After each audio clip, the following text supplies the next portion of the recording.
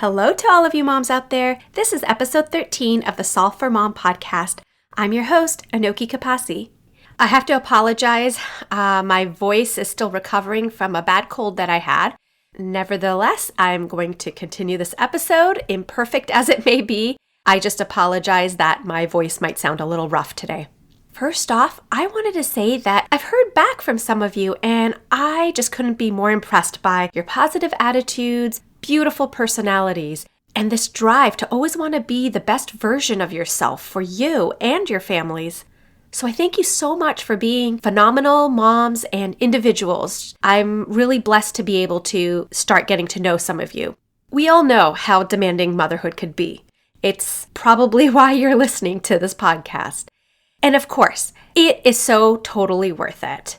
I feel like it's one of the most important jobs in this world, and my soul is just alive because I have the privilege of being a mom to these two amazing boys. That said, I still talk a lot about personal growth and self-improvement, and I just want to set the record straight. I'm not doing this because I think we're unimpressive as we are. I actually think the opposite, but I do talk about leveling up and how to develop yourself further, and that's really because it's for all the ways that you can further enrich your individuality and your motherhood. If you want to hear more about my perspective on this and how developing both parts of you, your motherhood and your personhood, are important, go back to episode 9, which is why making time to prioritize yourself is serving your family. I've linked it in the show notes. Okay, hopefully I've set the record straight. You guys are amazing people, and I know you have a drive to be the best versions of yourself, so that's why we're all here listening to this podcast. And now I just want you to get a warm cup of tea, sip on it during today's episode. It is just going to be chock full of actionable self-growth tips. It's going to be for you and for others around you. I don't want you to be overlooked or undervalued in any way. You are going to take these action items and be able to showcase your unique strengths, of which you have many, and build on your talents. Welcome to the Solve for Mom podcast. Do you love spending family time together every day but realize that your own interests have fallen to the wayside? Do you have a long list of things you wish to learn but you're so tired from trying to balance it all on your own and frustrated from not planning ahead to make it happen? Have you been mom for so long that you've lost track of who you are as an individual? Hi, I'm Anoki. I'm a PhD biomedical researcher, homeschooling mom, and life coach. I too poured myself into being a mom and thought I had to stop doing the things that I love to do. I was struggling to make time for myself, had lost my sense of direction, and kept second-guessing myself. I wanted to take back control of my purpose and passions, but I kept telling myself there'll be plenty of time for that later. Until I did what was natural to me. Using the methods of a scientist, I created plans to prioritize my values, organize my time, and take action towards my goals. If you're ready to go questing for your purpose, level up your learning, and confidently pursue your passions while still being the awesome mama that you are, you're in the right place. In this complex equation we call life, it's time to sharpen our pencils and our minds and solve for mom. I just wanted to take a second to thank all of you for making this possible and for showing up week after week and offering your ears and open minds. And if you are showing up week after week, you probably want to be a Solve for Mom Insider. And the awesome thing is you don't have to do very much. Just look at the link in the show notes, click on it, and you can sign up to get my free weekly newsletter. It's going to be really fun. I'm having a lot of fun with it. Not only are you going to get some tips laid out for you, but you get a little peek inside my family life. And anytime any special offer comes up, you guys are going to be the first to know. So you really don't want to miss out on this. I'm going to have some really cool resources coming up soon. And I really hope that we're going to spark up something very special through this. So come and join me. I'd love to have you as an insider. Check out the link in the show notes.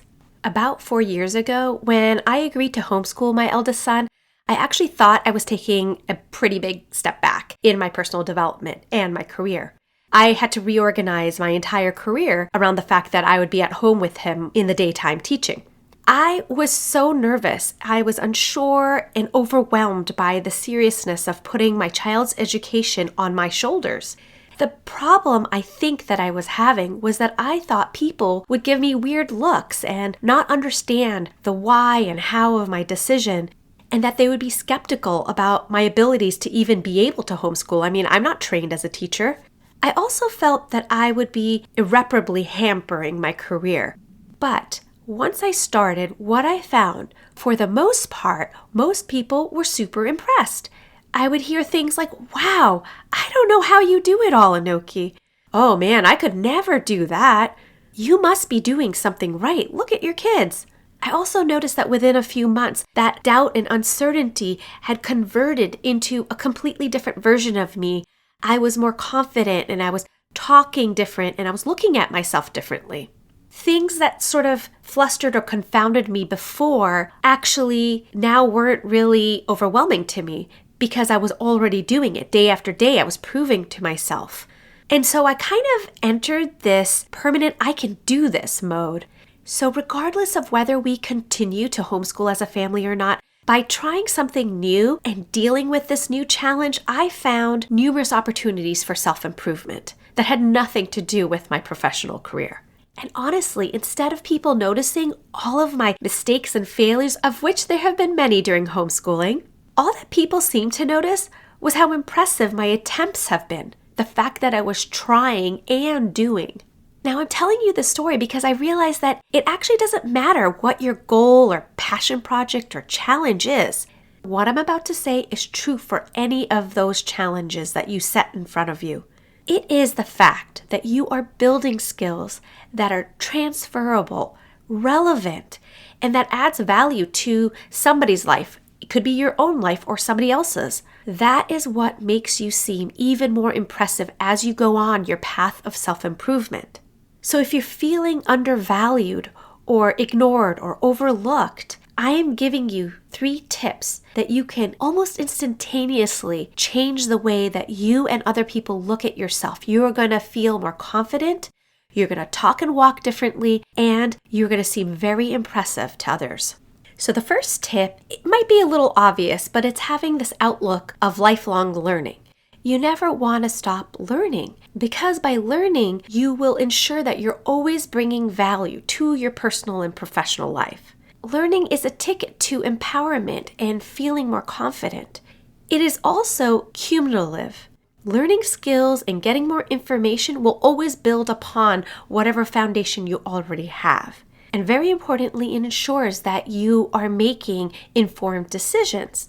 So your decision making is not out of desperation or fear or emotion, but based on actual information. And in this way, continuous learning can boost your confidence and just make you more impressive to others. So to have a lifelong learner mindset, it's to know that you can learn pretty much anywhere you go or from anyone you're with. You can learn when you talk and listen to people, reading, playing. Even when you relax or clear your mind, it opens up your mind to further learning or to allow revelations. One of the favorite things my husband and I like to do is people watching. When you watch other people, animals, and things around you, you start to understand behavior and how the world works much better. In fact, scientific research utilizes all of these modes of learning, right? You can attend lectures and conferences and talk to your peers. We're constantly immersed in the medical literature and reading.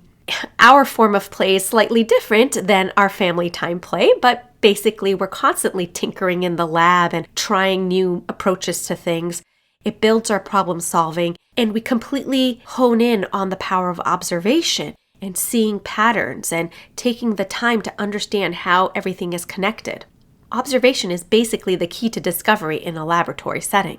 Something that I learned only as a homeschooling mom is that learning happens everywhere and all the time. In our homeschool, I even use mundane tasks to teach my kids. When we go to the grocery store, well, I see all kinds of opportunities to teach and learn there.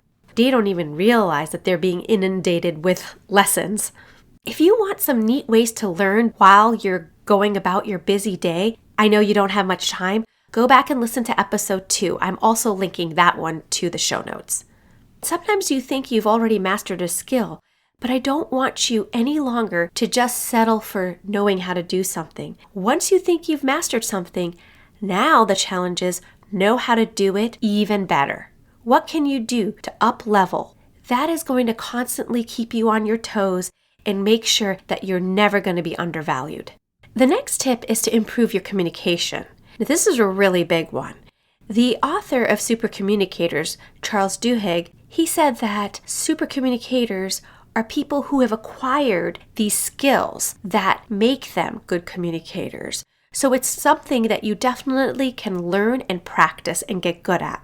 He also suggested that good communication makes your life much more meaningful because you have stronger relationships and you're much more connected to people. When we communicate, we're usually either trying to convey information in order to establish trust and credibility with people who are listening to us. We could be trying to connect with them at some level, like an emotional appeal or make ourselves a little more relatable. We usually do this with really good storytelling. Another purpose of communication is making logical points and statements. You're developing some sort of argument or narrative, but you're backing it up with evidence and you're communicating that evidence. This is the primary point of scientific communications. Being strong communicators is so important to me and my family. In my family, we're all pretty naturally talkative, like that's just who we are. We like to talk a lot. But I know this communication also serves a strong foundation in all of our relationships. It is one of the main determinants of how healthy my marriage is, but it's also one of the main ways that my kids and I connect. Yes, we play together, but we also are constantly providing each other feedback with conversation. Charles Duhigg also points out that communication involves a lot of other things other than just talking. You should be good at asking questions because that shows that you're actively listening, which brings me to the point that communication is a two-way street. You also have to work on getting to be a better listener. Asking questions and being an active listener shows that you're trying to understand the other person's perspective and that you care enough to listen. Communication also involves nonverbal cues and understanding your audience, not just the type of people that you're talking with, but also what the feeling, the general sentiment in the air is and what they're going through and experiencing as you're conversing. You've all been there before, right? When you've been talking to somebody and you're just like, wow, that person feels so easy to talk to. I can just say what I need to say and they are totally getting it and making me feel really well understood. Well, that is the effect you want to have on other people when you're speaking with them. And so one of the bigger points that kind of ties back into tip number 1 is that communication and getting good at it and learning it is a lifelong journey. It is one of those things that you could be good at, but you can always get better at it. You should try. And in doing so, it is going to be very hard for people to ignore you. And the third tip I'm going to share with you is to increase your self-awareness. Now, to me, this involves a couple of different things, but overall, it's recognizing your own limitation and then acknowledging that those limitations exist and that you will take proactive steps to basically adjust and get the information you need, or you're open enough to adjust your perspective on things. Being self-aware grounds you to reality. It shows your modesty and your humanness. And actually, that really helps people connect with you, and they see that everything that you're saying is coming from a place of authenticity. They're actually more willing to listen to you. Being self-aware also shows that you're open-minded, which is a pretty hard thing for people to do, but it's a certain mindset that shows that you're willing to adjust and incorporate new information as you realize that your assumptions might have been wrong, or that you were looking at something without considering all of the information. It is such a critical part of the science-style thinking that I'm teaching you. It makes problem solving, decision making, and communication all so much stronger. And you're going to see huge improvements in your life when you're able to do this. But also, other people are going to be impressed by this quality. And paradoxically, knowing your limitations allows you to change instead of stalling. I know it seems odd because you're pointing out your flaws, but once you recognize your flaws to yourself, most importantly, that allows you to then do something about it and move on and improve further. So some ways that you can develop self-awareness is through daily reflection or journaling. Another thing you can do, which actually might be easier, is to just ask your friends and family. Sometimes it's hard to look in the mirror and be super brutally honest with yourself, but when you go to a trusted friend, you can usually get down to the bottom of things. And then a really fun one are those personality assessments. I love doing those when I'm really bored. I always learn something about myself. I see self-awareness as a kind of responsible self-monitoring. I'm always scanning. How are people reacting to what I'm saying and what I'm doing? I also think about how other people make me feel. It's all part of working on your emotional intelligence as well, because it allows you to be more empathetic. Ask yourself, what was hard about your day? This allows you to identify any gaps in skills that you have so you can further work on your personal growth journey. Self-awareness also involves identifying your biases, which is a really hard thing to do for most people. You can ask yourself, what assumptions am I making?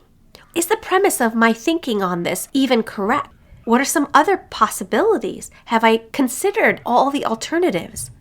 When you're biased about something, you sort of filter the information a certain way or lean in a certain direction, and it affects your thinking and how you process that information. So then the conclusions we make may or may not be accurate at that point. It really does take a lot of courage to self-reflect, but it is an important step for making changes in your life. These are all very difficult things for other people to do, but they're going to find you very impressive for being able to do that. Okay, it's really time to wrap up. My voice is barely hanging in there, and I really thank you guys for hanging in and bearing with me on this. As I mentioned at the top of the show, I truly believe I'm talking to some of the most motivated and talented and family-forward women. And sometimes as moms, we let our lives revolve around our kids, other people in our family, or sometimes even our jobs. And that's why I find that most of you, you're not looking for extra acknowledgement or credit for all the hard work you're putting in. Having that modesty is totally fine. However, you don't want to be overlooked and undervalued either. You don't want to be taken advantage of. And I know that you guys are always striving to improve your own lives and improve your family's lives. So today's episode is really aligned with that perspective. And remember, your kids are watching you. All the critical thinking and growth mindset qualities we want to see in our kids, we also have to display in ourselves because that's how they're going to learn that. So today, I shared 3 personal growth tips that will never fail to put you in an impressive light. Those were 1, to adopt a lifelong learning mindset. 2, learn to communicate better. And 3, increase your self-awareness. I find that I see progress faster on the mindset work when I keep my biases in check, and I'm always looking for opportunities to learn. But when you put it all together, it's going to automatically improve your communication. And I personally plan to work on that for the rest of my life. And I thank you guys because I know you guys will too. I hope today's episode will help you create time and freedom to pursue something you love to do. If you enjoy this show, please subscribe and tell other ambitious mamas about it. Who knows, you might even make a new friend by sharing a tip. It's all free. By the way, it would be amazing to hear what you think about the show when you leave a review. After all, my passion is to make this a great experience for you. Thank you for making my show a part of your day. I'll see you next week for another episode of the Solve for Mom podcast with Anoki Kapasi.